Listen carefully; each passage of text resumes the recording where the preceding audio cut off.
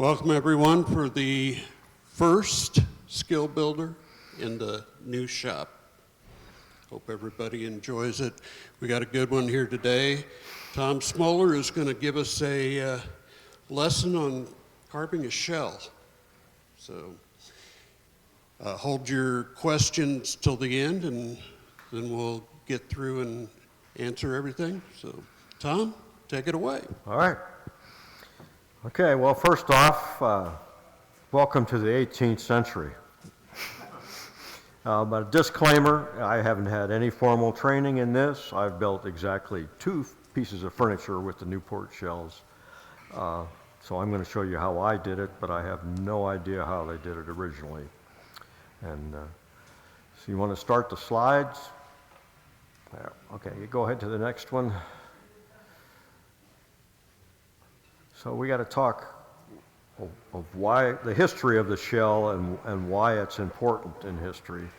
And that gets us to the Townsends and the Goddards. That were the 2 most famous craftsmen, master craftsmen in the Newport area. In fact, there's a book written just about them.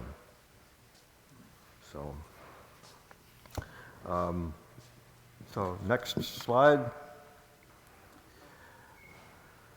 So originally, block front chests look like these 2 there. And I don't know how well you can see it, but they have raised sections on the outsides and a lowered section in the center. And in between them is an area that is the same plane as the edge of the cabinet. And that's actually the blocking. When they say a block front chest, it doesn't have to have the raised and lowered. It can be a serpentine or an oxbow chest. This is an oxbow chest. You know, put that to the camera. I don't know if that's too close. No. Anyway, it's the edges that determine that it's a block front. Oh, that doesn't show up too well. But you can see this has got the flats on the back, and then this is a oxbow because it goes out and then in the middle. The serpentine's the other way. But go back to the original slide. The block fronts originated in Boston, so this is like it's 1730s, 40s. And then next slide,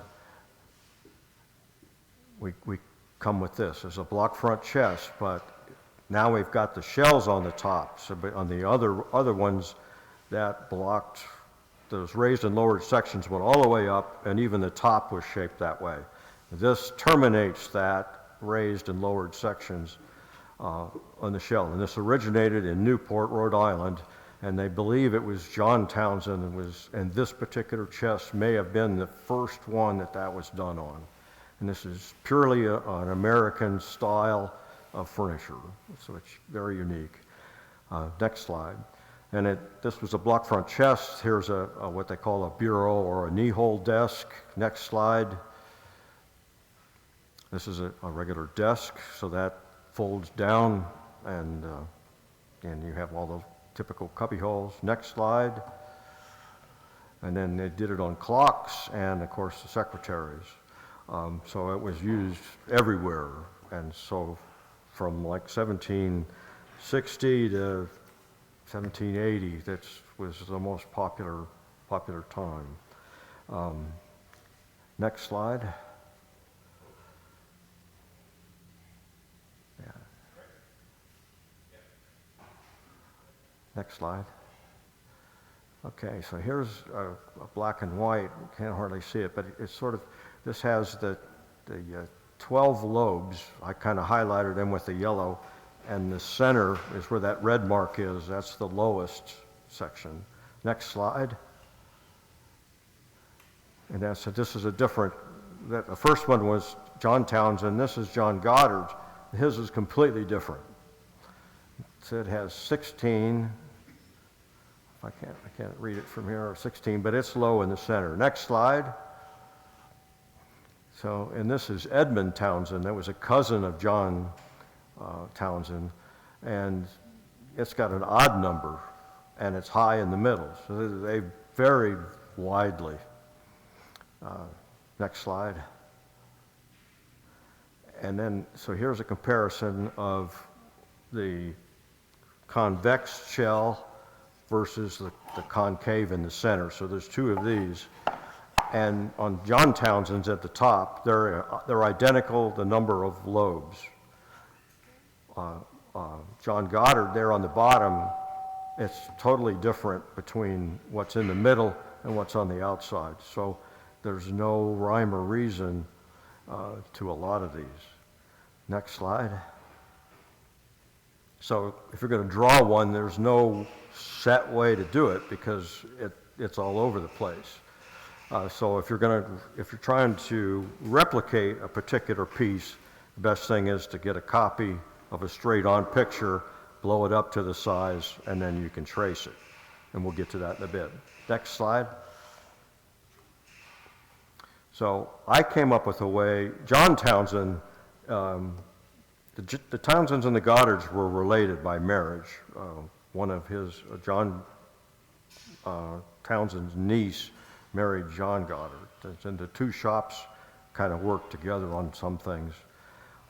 But John Townsend is way more precise in what he does. You can take one of his pieces, like a block front, two different block front chests, and you can lay those shells over top. They're exactly the same. With John Goddard, that's not the case. They're we're more freehand or free spirit, whatever. So I came up with a way to draw the John Townsend shells and make them bigger or larger. And the bigger ones, like on that drop leaf desk, they're much bigger than the others because the whole piece is bigger, and the secretaries are bigger. So he has 14 lobes on those, 12 on all the rest. So I studied that because the first piece I did was this block front chest that looks like this. And so I spent some time studying. When I do these, I never have seen any of these pieces in person. So I'm working from the pictures. I usually contact the museum and see if they can send me more pictures, and they usually do. And then I kind of study it, and I try to find out the proportions that they use. I try to learn how they did it and why they did things. And there's usually a very precise rhyme and reason to how they did things. And I found that with the shell, with John Townsend shells. If you can show that picture again, you can divide the shell this distance, or like from the center to here, divide that into 5 rings. And that 1/5 in is where this hot. Let me show this. No, back up there. So that line, the slanted line, shows you how to divide it into 5 pieces using just geometry. All right. Now I don't know, on the next slide, I don't know how they divided that into the increments for this outside edge. I mean, modern stuff, I know how to do it. I've got dividers, it gives me the set degrees. But there are sort of a hints in the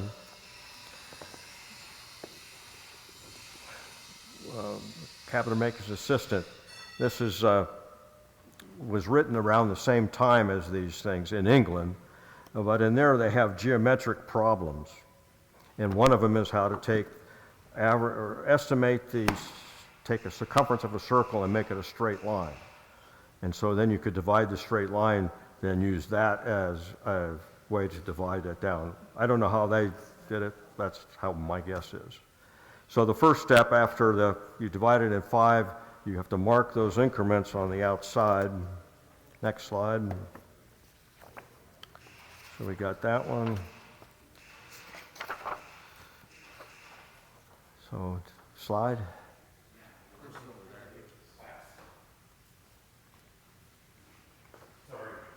Oops.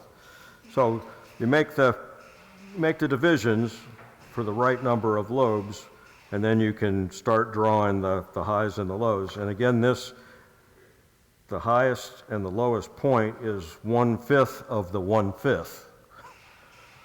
I mean, that's, if I measured on his pictures, that's how it turns out. So I have to believe that's what, it was an intentional thing. So you can draw the lobes. And then on each, it's got the sides up there. One more. Yeah, so then you divide the increments again on the next one and the next one. And then finally, go ahead, one more. You can connect the dots and make the appropriate sweeps for the shell. So, next slide. And that's how they did the medallion. I call the center section, this center section, a medallion. And again, it's a proportional thing. You take that 1/5, and it's 2 high and 3 wide. And then it's a golden spiral coming out of there. And that's what that slide kind of shows. You start with that, back up. Yeah. See, there's one, each quadrant has got a different radius going up and around. So that's how you apply that. Now, where the medallion is on the shell varies. On Townsend's, it's real close to the to this arc, this 5th arc here. It's usually just below it. Other ones, it's higher, it's lower. That's really all over the place. So you can probably draw anything you want and be right. So next slide. Okay, so now we get into how I approach actually carving it. So we've come up with a way to draw it. And I found the easiest way, well, let's start with the convex shell is applied. So it's carved like this, separately. So that's, got to do this twice, right? Because there's always 2 outer sections. So I attach a board like this. This doesn't fit this particular piece. It fits one of the furnitures, but I attach it on there like this. So then I can put it in the vise. Actually, those green carving vices in the hand tools, that's what I have at home, and use that to carve. So I start out with, I think this is about the same size, yeah. So this is going to be on a drawer front, we'll say. So I want to take and make the blank that I'm going to make the drawer out of twice as long, so I get one blank out of one end and one blank out of the other, so that when I put them on there, the grain matches. So you get the blank. Next slide. Yeah, so we start out with the blank. I make this template, and I use that to put these holes in it, and I'm going to end up putting that on a drawer so that I can, because I've got to line up the blocking that's underneath of this. So for alignment purposes, so I use this template to do that. You want to keep that picture up there? I'll back up one. Yeah, so then I use this template. Once I've got the holes drilled in the blank, I can use a router and get this edge done. And I've got to have a mating piece. Now on a drawer front, it would just be, yeah, a drawer front, it would be like this. This piece would already be here. But on like the secretary doors and the desks, the blocking was a separate piece too. And I say blocking, but it's not, technically that's really not what it's called. So I have these 2 pieces that match up. So I can use the router to do this edge on my shell and I can use the router to do this edge on my blocking so that they'll match. Now, on some pieces, they do it like this, and then make another piece that goes on there, and you have this straight glue line that you can see. But a lot of them do this mating part. So once I got the routing there, show this screen again. Yeah, so that shows it. Now, before you can start carving, the next thing you got to know is how big that blocking is. You almost have to have done that first so that you can trace that outline on there, because you can't go lower than the blocking. So that's what all that's about. So the next slide shows, so then I put the template upside down on the back side like this. And then I can, on the drill press, use this as a guide, just butt up the drill bit and drill the holes, what are going to be the lows in here. And then next slide. Yeah, so there's the holes, and then I've taken on the bandsaw, cut off the waste, and then taken a chisel, a gouge, and these high points, and outline them.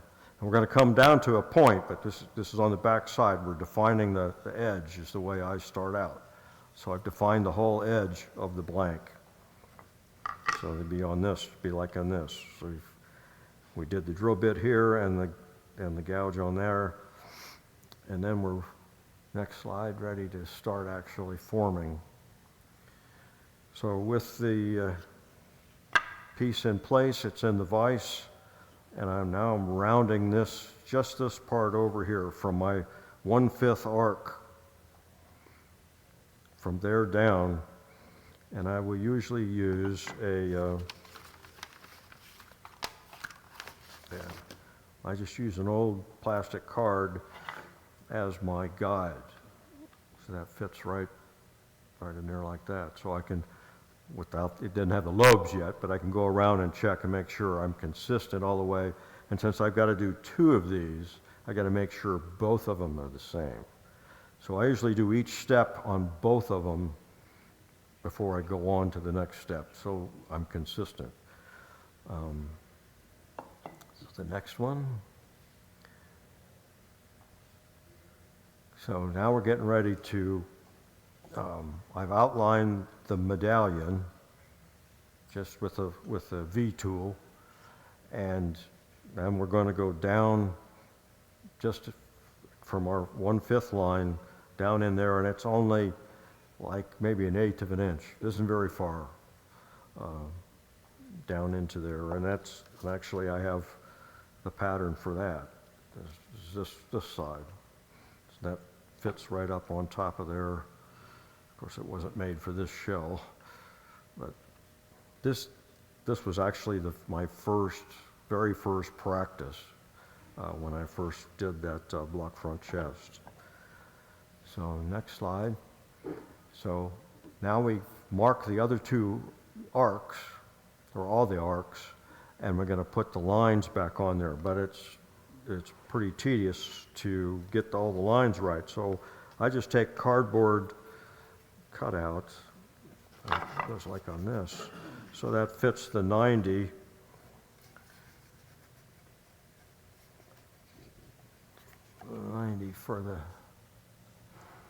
Doesn't show up very well. So I just made marks for each of that. So then I can lay that on the blank and make those marks on that arc, and I just have different ones for each size all the way down. That makes it easy to transfer from whatever your photograph or from the drawings without having to go through all the measurements again. So once you've defined all the lines that you want to go, next slide.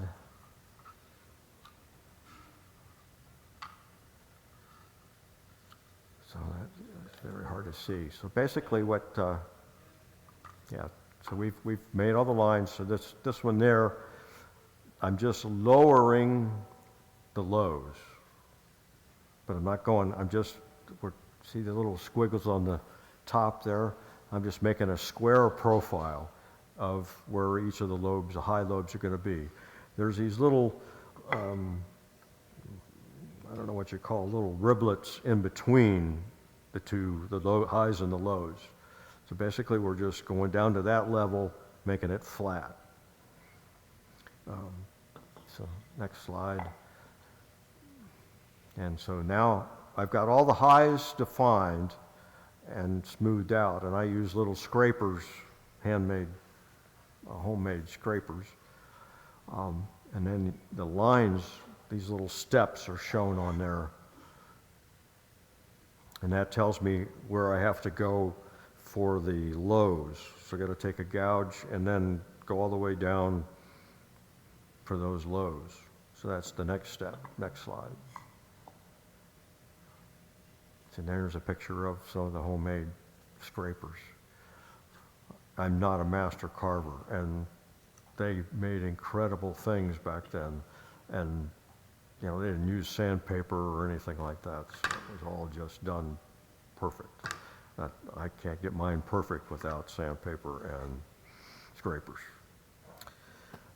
So next slide. So then you start on the medallion, and the same thing. I had this little cardboard templates to be able to draw out the start of the curve, and it's just a matter of lowering it to define this spiral, and then carve those leaves. And the inside of the medallion varies widely, even with John Townsend. Different. This is the earliest version, but he has others that it's all over the place. So you have to, particular piece you have to match. So I think that's next slide. Yeah. So there's the finished shell. And next slide. Now the concave shells. It's interesting with John Townsend. If you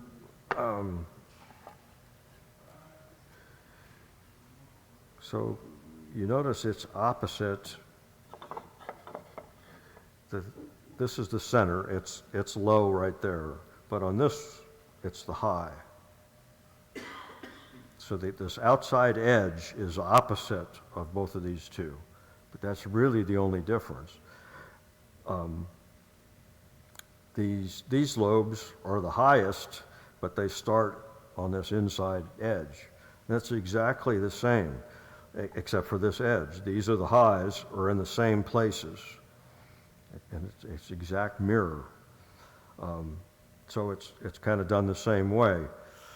Next slide.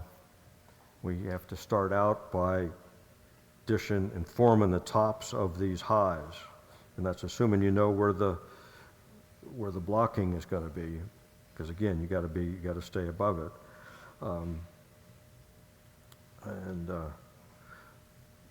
So then the next slide, it's just the same process. We're going to make the squares of the highs. Next slide.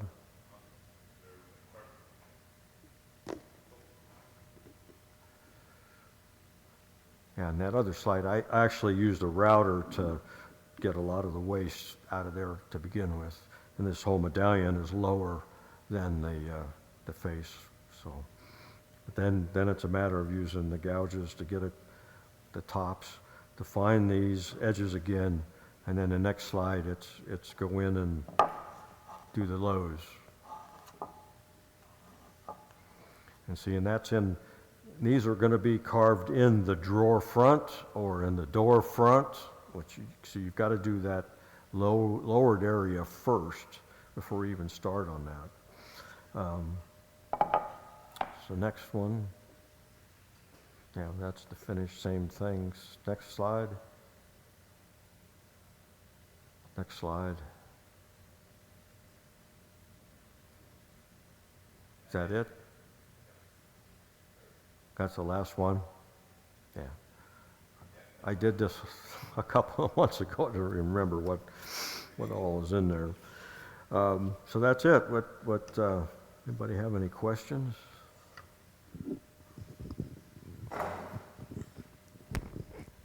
You mentioned making a shop-made scrapers. So most of this was scrapers instead of the traditional carving chisels. Yeah, well, I used the chisels, but then to get that last little bit, to get the little square, little roughness out of it, I'll use the little scrapers to help me get it. And the challenge with the carving part, I don't know if anybody's familiar with carving, you've got the grain direction that's going across this way, so each lobe it's different. You've got the one you got to go this way on one side, this way on the other side. I don't know if you've done with carving, you've got the donut, right? So this side you got to go this way, but on this side you got to go here, so you have to really pay attention when you're doing this, because the grain is different on every lobe. And of course, when you're using the gouge to dig in, you don't have a choice. You pretty much have to go in. So it's hard, especially on the cherry, it's particularly hard. Any other questions?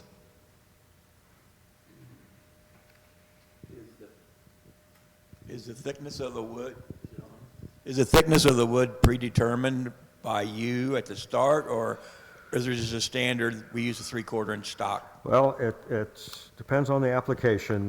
Like a drawer front, because these are applied, it's usually about 5/4 or a good inch anyway, thick, because it has to have this cut into it, so it has to be that way. They're really not terribly thick. Like I said, I apologize. I really meant to bring in the drawer front from my block front chest and the 2 doors from the secretary, but I totally forgot about it today. So, but they're not terribly deep. These are maybe a little bit deeper than what I ended up doing. Like I said, these were my first pieces. In fact, on this side, I thought that was too shallow, and so that was the second one. So they're more like this now. So the drawer.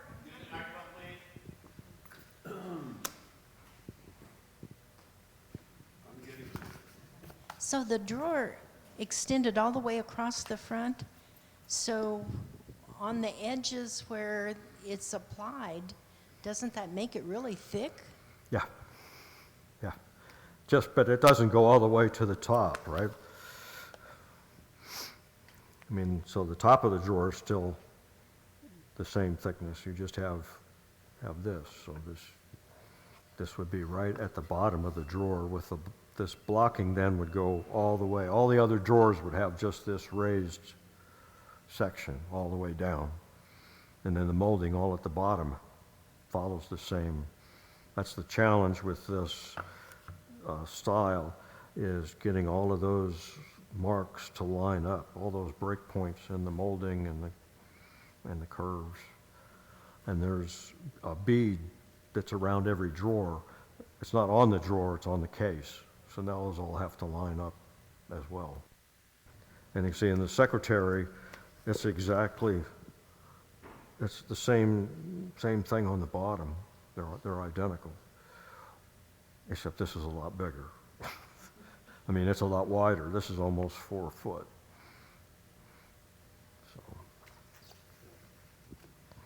and then these up here, that whole panel is applied this long, and so the door is actually a frame, and that's just sitting on top of the frame to lighten the door.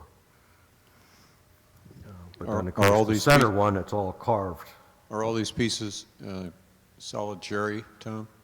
Yeah, I mean, the originals would all been mahogany, but I'm cheap, I did cherry. Okay. But it comes with a caveat. Cherry can look almost like mahogany when it's finished, but it's a lot more difficult to work with. I mean, it machines well, but the grain does this, so trying to carve it, and sometimes planing is a problem. If it's really bad, if it's really curly. Have you ever considered trying one of the different mahoganies instead of doing cherry? Yeah, but I bought a few, when I retired, I bought several hundred board feet of cherry, wide boards. And one of the things with cherry is that they all darken, but not every tree darkens at the same rate. So I bought a bunch of 4-quarter that was all from the same tree, and wide boards, like 17 inches wide. And then a bunch of 8-quarter and 12-quarter. So you get 12-quarter for legs, and all the lower drawers start out as 8-quarter to cut that shape. So they're pretty thick, or start out thick. And I apologize, I really meant to bring the drawers, because that would really show a lot.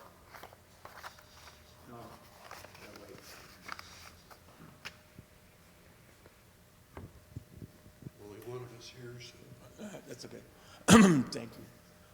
On the other shell there, the concave one, you said you used a router to remove a lot of that Yeah, material? just to rough out, I mean, I kind of defined, again, it's that 1/5 is where the deepest part is, and then, so you can kind of define and get close with, just to save you the pounding of chiseling it out. I mean, I'm a lifetime woodworker, but I've only been using hand tools probably for the last, well, since the early 2000s probably. And that's really opened up a lot of things for me, learning how to use the hand tools. But I still, if I can do it with power, I do it with power. I'm lazy. Could you briefly go over what, because I'm not a carver, I'm just wanted to learn more about carving. So what particular tools you were using when you made those? Which spoons or whatever you did to make? Yeah, I mean, I've got a full set. I've taken 2 carving classes in my life. One at the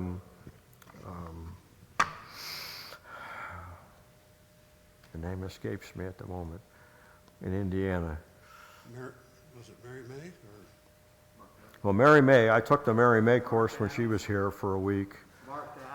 Mark Adams, I did Mark Adams' class, and I probably in like 2003 or 4 or something like that. So, but I hadn't had any experience doing these, really. I mean, Calvin Hobbs is probably to blame for all of this, and she started me with the footstool, the long claw footstool, and then the chairs that we did. We can always blame Calvin for. Yeah, but he's the one that kind of got me started. And then when I retired, then that was really the turning point, because this takes a lot of time.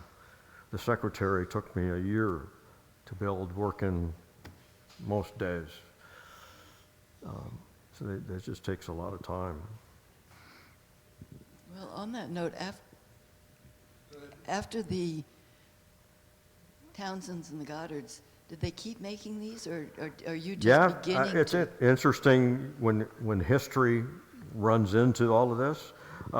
Newport was occupied by the British in 1777, and up to that point, Newport was the biggest town in Rhode Island, but a lot of people left, and their peak, they made all this furniture for, I mean, it's all high-end even back then, so it was made for the rich, and so their business kind of dropped off, and by the 1800s, Providence was a much bigger city and more of the predominance. There were 4 regional areas: Boston, Newport, New York, and Pennsylvania. And each had their own regional styles, and this is the Newport style of furniture. And they made it for the British. Huh? They made the products for the British. No. No. I misheard. Just for, they were heavy into, Newport and Boston and New York were shipments came in, and the port towns, and there were, lots of commerce there, so. said all their wood would have been like Cuban mahogany that you can't really get today. It was supposed to have been the very best furniture making carving wood in the world. It was Cuban mahogany, and huge trees, like 3, 4, 5 foot wide boards. So. Are you ready for the hard questions, Tom? You what? I said, are you ready for the hard questions? And in a situation like this, I am always interested in the, shall we say, the progress toward industrialization from this point in time to where, you know, this became not a commonplace thing, certainly, but shall we say, a more industrialized process that would provide more product. Now, we know in the originals that Townsend and Goddard had the ideas. They probably did the original specimens of these things, but at some point in time, demand insisted that they have a faster way of carving. And you know, I'm not sure we know anything about how long it took them to, shall we say, carve a convex shell, but I'm suspecting that at some point in time they developed a progressive system where they had, you know, one guy in the shop laying the shell out and passing it to the next guy to do the graduations, and then passing it to the next guy to do the involutes and the flutes and that kind of stuff. Right. So that they could increase production. Do you know anything about how they progressed? I've read quite a bit. I mean, there's the book about the two of them. We got this one just about John Townsend, and it's got their life history. But I know, I mean, back then, you would have started out as an apprentice at early teens, like 13. Right. And your education would be working for that, starting sweeping the floors and then learning how to sharpen and going through the whole process. So, I mean, they didn't, like you said, they didn't build these things by themselves. They had a whole shop. Right. And there were other shops, but the Goddards and the Townsends were the most famous. Their furniture is sought after then, and it was sought after now.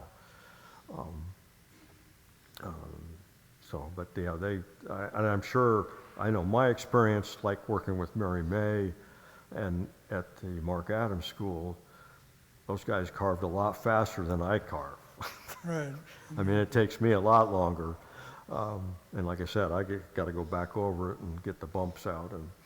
But you just look at it in your mind's eye and you say, except from the very beginning. But you got to also understand that they didn't have any power tools, right? Yeah. So it's just as much work to make a board perfectly flat as it is to make it a curve. In fact, it's probably easier to make it a curve.